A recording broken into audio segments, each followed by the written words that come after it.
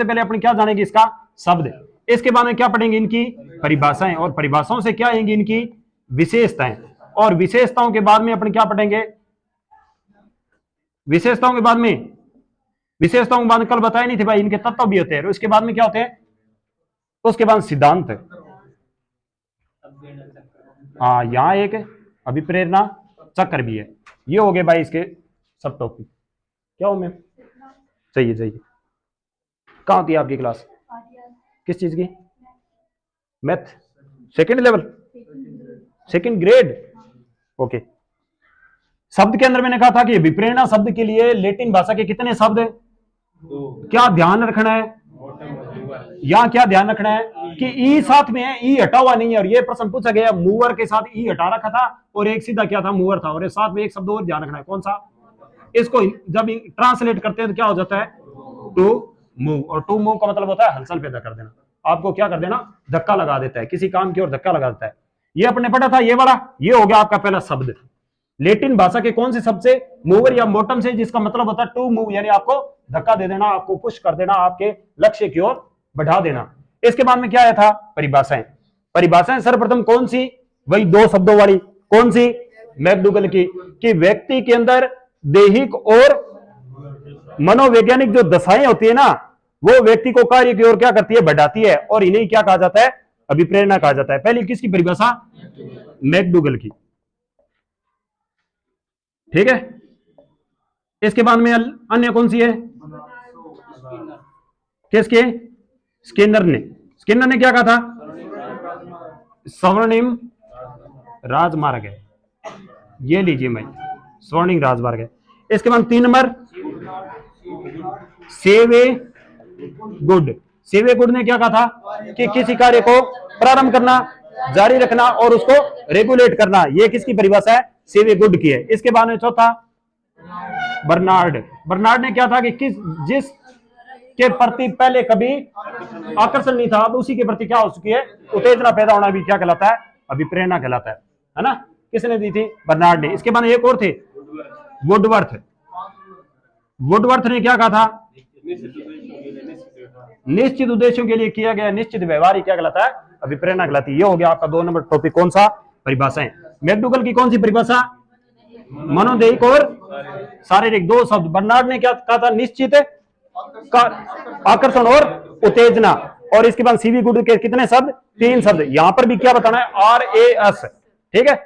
और क्या करना, आरंभ करना, जारी रखना और नियंत्रित करना, ये 3 शब्द। इसके बाद एक और कौन है, स्किनर ने क्या कहा था, सुपर हाईवे या स्वर्णिम राजपथ। इसके बाद एक और थे, वुडवर्थ ने क्या कहा था, निश्चित उद्देश्यों के लिए किए गए निश्चित व्यवहार क्या कहलाते हैं, अभिप्रेरणा, इससे संबंधित शब्द है। ये तो होगी आपकी सारी परिभाषाएं।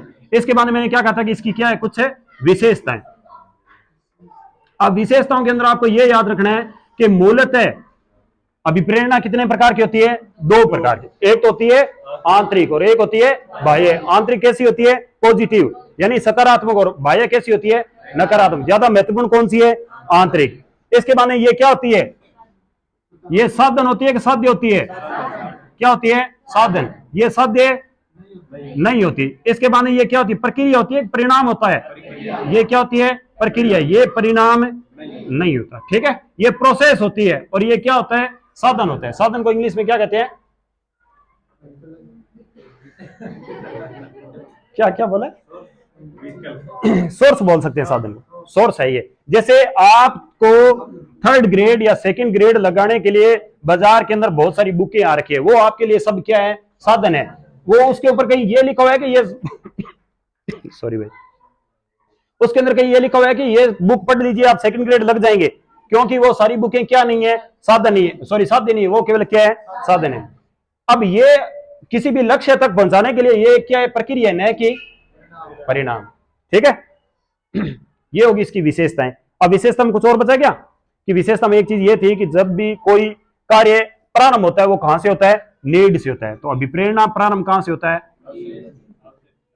क्या हुआ, नीड से होता है। अंतिम इसका पद क्या होता है, इंसेंटिव होता है, ठीक है, याद रहेगा, ठीक है। ये होगी इसकी विशेषताएं। इसके बाद नेक्स्ट टॉपिक इसका एक चक्कर है। चक्कर किस किसने दिए है? हिलगार्ड, इसके बाद में वुडवर्थ, और कौन है? हल है। एक अब हल्का एक और है चक्कर जिसके अंदर 6 तत्व है, वो भी आपको पढ़ना है खुद को, ठीक है? जिसके अंदर कितने तत्व है? 6 तत्व है। एक तो ये एनडीआई तो है ही, इसके बाद में GAR ये भी है, गोल ओरिएंटेड काम करता है। इसके बाद में अराउजिंग होता है, इसके बाद इस अराउजिंग का क्या हो जाता है? अराउजिंग शांत हो जाता है। ये 3 तत्व उन्होंने और बताए थे। किसने बताए थे? हल ने। और 3 चक्कर ये अधिकांश प्रश्न तो यहीं से आ जाता है, ठीक है? अब ये 3 तत्व कौन कौन से दिए थे इन्होंने? एक तो दिया था नीड, सेकंड कौन सा दिया है? क्या है? ड्राइव। इसके बाद थर्ड कौन सा है? इंसेंटिव, ठीक है? और इंसेंटिव को क्या कहते हैं? प्रोत्साहन। ड्राइव को क्या कहते हैं? और इसको क्या कहते हैं? आवश्यकता। आवश्यकता में क्या होती है? कमी या अधिकता। कमी या अधिकता। अधिकता या कमी जब भी किसी चीज के साथ जुड़ जाए तो वो क्या है? आपके नीड। इसके बाद ड्राइव क्या होता है? आपका उस काम के प्रति बेचैनी, और उसके बाद जो परिणाम आता है वो क्या है? इंसेंटिव है। ये बात याद रहेगी। यहां जैसे मैंने कह दिया कि पानी की आवश्यकता, पानी की कमी, या और पानी की कमी के बाद में यहां शब्द क्या आएगा? बेचैनी है, वो आपके लिए क्या है? प्यास का काम करिए। और प्यास के बाद में आप किसके पास जाएंगे? मटके के पास। तो वो आप वहां से क्या प्राप्त कर लेंगे? पानी। पानी क्या हो जाएगा? इंसेंटिव, ठीक है? जैसे भूख, भूख क्या होगा? बेचैनी। और भोजन की आवश्यकता क्या हो जाएगी? नीड। और भोजन को प्राप्त कर लेना क्या है? इंसेंटिव। याद हो गया? ठीक है। इसके माने एक महोदय और हुए जिनका नाम क्या था? डेसी। इन्होंने कहा था कि इसके बाद में भी एक तत्व और होता है जिसका नाम क्या था? कोग्निटिव, संज्ञान। क्या होता है? कोग्निटिव। यही होता है क्या? कोग्निटिव को क्या बोलते हैं? संज्ञान। कि यहां तक इंसेंटिव मिल भी जाए ना, पानी भी मिल जाए, भोजन भी मिल जाए, जब तक अपन ये नहीं देखते कि वो अभी का बना हुआ है कि रात का बना हुआ। अगर रात का बना हुआ है तो अपन उसको नहीं खाते, नहीं खाते ना। अगर मान लो 10 दिन पहला मटके में पानी पड़ी थे, पी लोगे? कौन पियो नहीं? थारो के जिंदा है, कोग्निटिव जिंदा है। किसके अनुसार? डेसी के अनुसार। डेसी ने कौन सा शब्द दिया था? कोग्निटिव। इसके बाद में ये चक्कर में कितने शब्द हो गए? 4। इसलिए कहा जाता है कि जो मोटिवेशन होता है वो किसके बराबर होता है? Need plus drive plus incentive और प्लस कोग्निटिव। ये प्रश्न भी पूछा जा सकता है, सबको मिला के बराबर मोटिवेशन। एक तत्व को उड़ा देगा, और एक ऐसा ऑप्शन होगा जिसके अंदर ये 3 वर्ड होंगे, एक ऑप्शन ऐसा होगा जिसके अंदर कितने वर्ड होंगे? 4। तो इनमें से उत्तम कौन सा हो जाएगा? जिसके अंदर 4 तत्व। ठीक है, ये हो गया चक्कर। लिखने का काम मत किया करो। आप यहां लिखोगे ना तो फिर घर जाके ढूंढोगे नहीं। जो मैंने पेज दिया है वो भी किताबों के अंदर पड़ा रहेगा, और किताबें तो पहले से पढ़ेगी। जाके वहां ढूंढने की कोशिश किया करो। आधा घंटा अगर आप पढ़ोगे ना आज से 5-7 दिन बाद में, तो आपकी पूरी साइकोलॉजी आधे घंटे के अंदर हो जाएगी। ठीक है, कल परसों मैंने एक शब्द भी लिखाए थे, 10 एक लिखाए थे ना, वो शब्द सारे के सारे इस पेज के पीछे लिख लेना।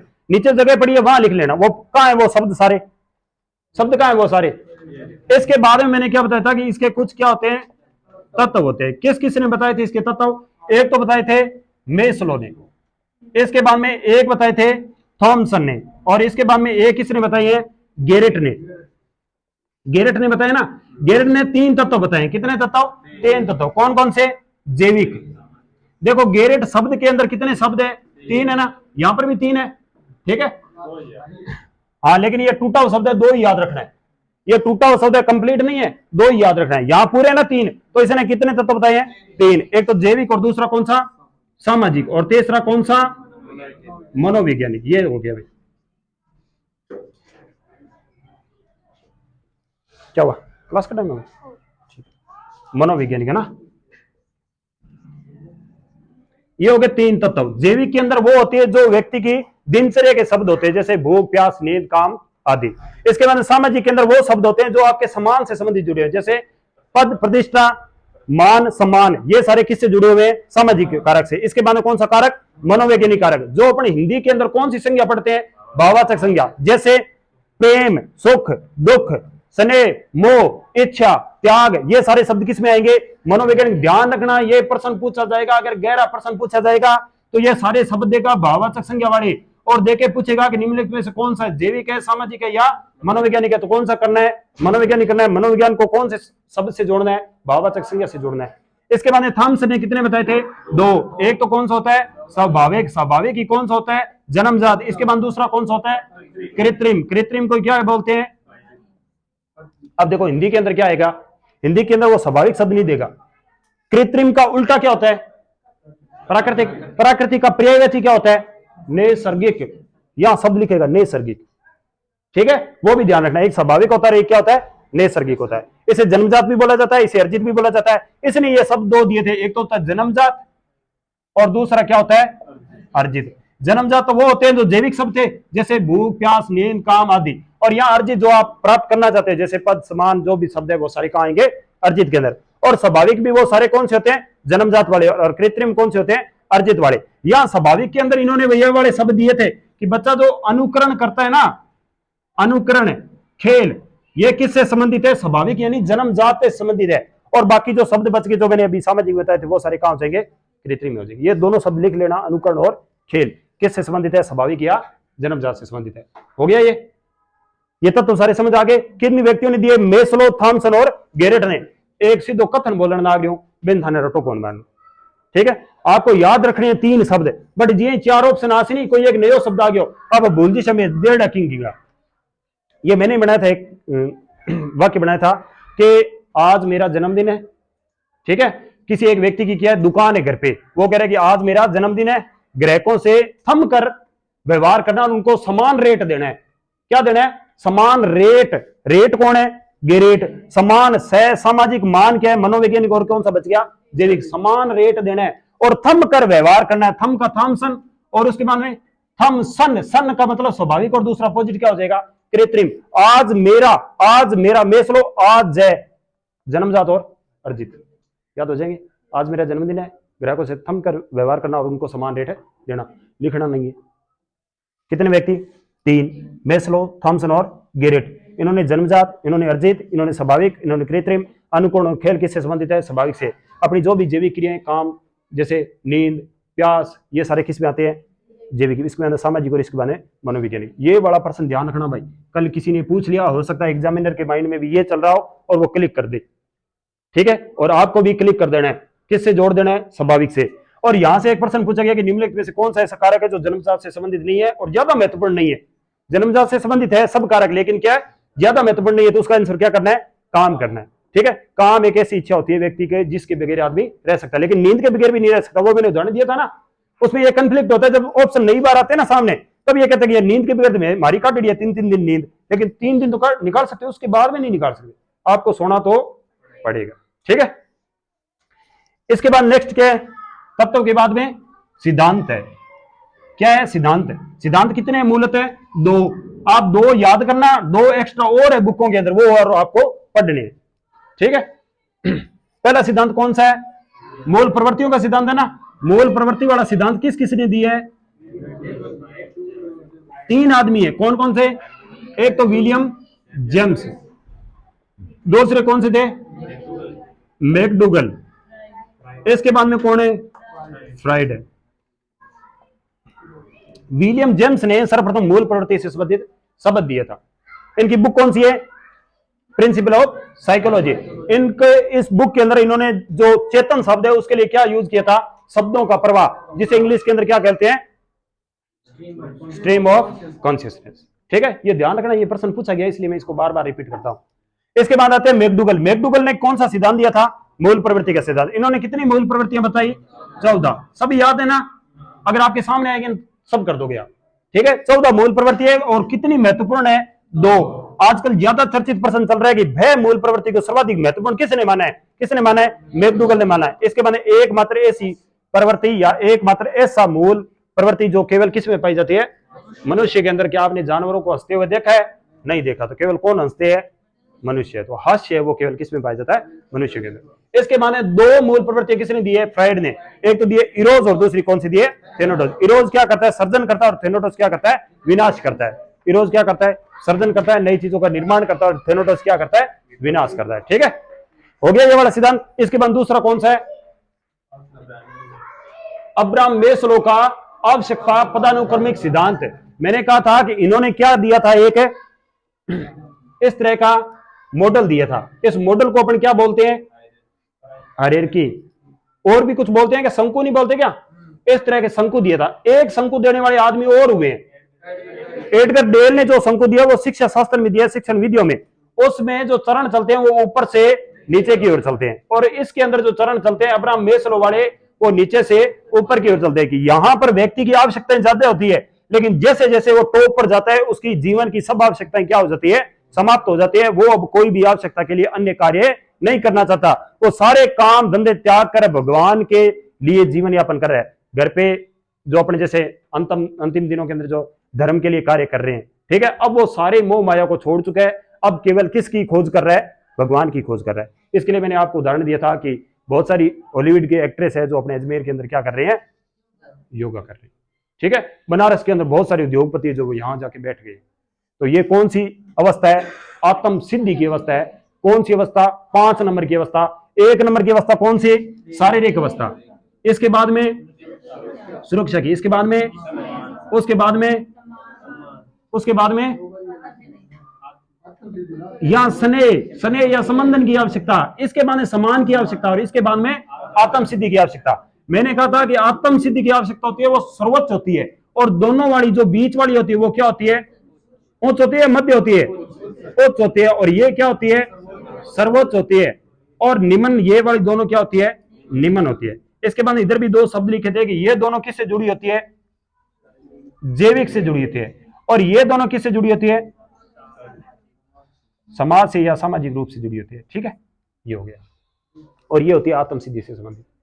ये हो गया कौन सा सिद्धांत, अब्राहम मेस्लो का, ठीक है। इसे हायरार्की सिद्धांत के नाम से भी जानते हैं, हायरार्की मॉडल के नाम से भी जानते हैं। ये हो गया आपका कौन सा टॉपिक, अभिप्रेरणा।